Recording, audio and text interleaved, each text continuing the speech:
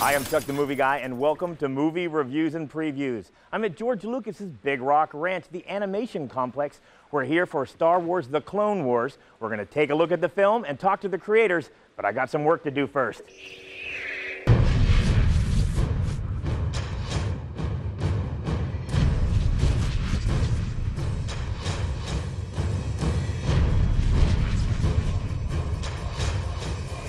They have nowhere to run.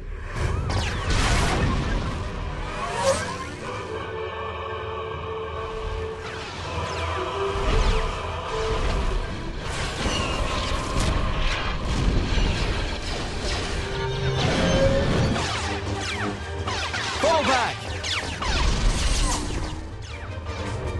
You're in trouble!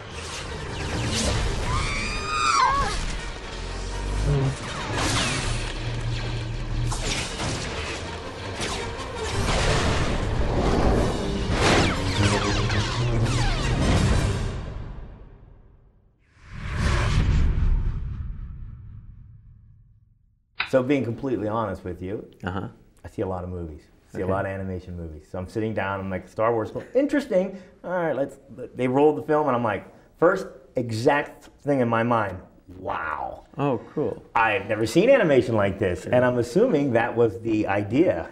Yeah, that was the whole goal. The big goal George set out and tasked me with was make this something nobody's ever seen before. So I kind of left his office that day going, but if nobody's ever seen it, how do I know what it looks like? And you know, it took a lot of development to get it where it is.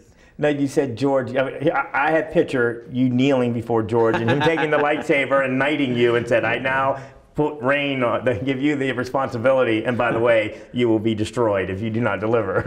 Well, maybe that metaphorically, but you know, yeah, nothing that intense happened, but it felt intense. You know, it was a big education for me to work with him, and a live action director, me being an animation director, and he's very much a teacher to me being a student, so it's been a good experience. After seeing this movie and the large scale of this animated film, I would have to think it had to be a little bit overwhelming at times for you. Not particularly. I mean, I grew up liking Star Wars, and you know, one of the things you always want to do as an artist, and one reason why you don't get overwhelmed is that, well, this is what you want to do. So you're just trying to find in your career a way to get an opportunity to say, hey, yeah, I can do that.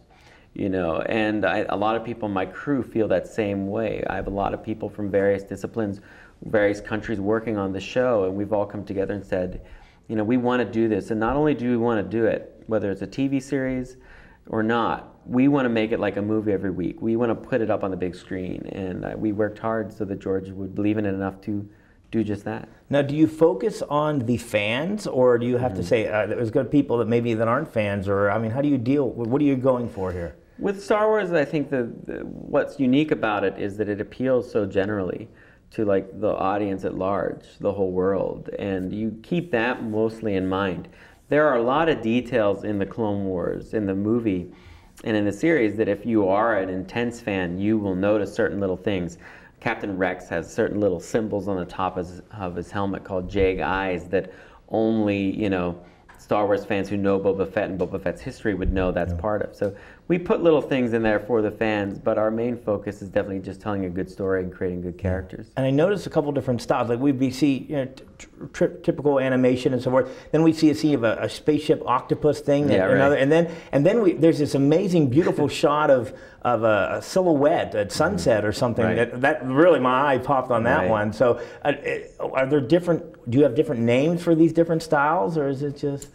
No, it's really the vocabulary we're creating for the Clone Wars, you know, and how we want it to be visually and how we want the audience to respond to it visually. So we really got into that in the feature and kind of we're showing the audience, this is the universe you can expect in the Clone Wars.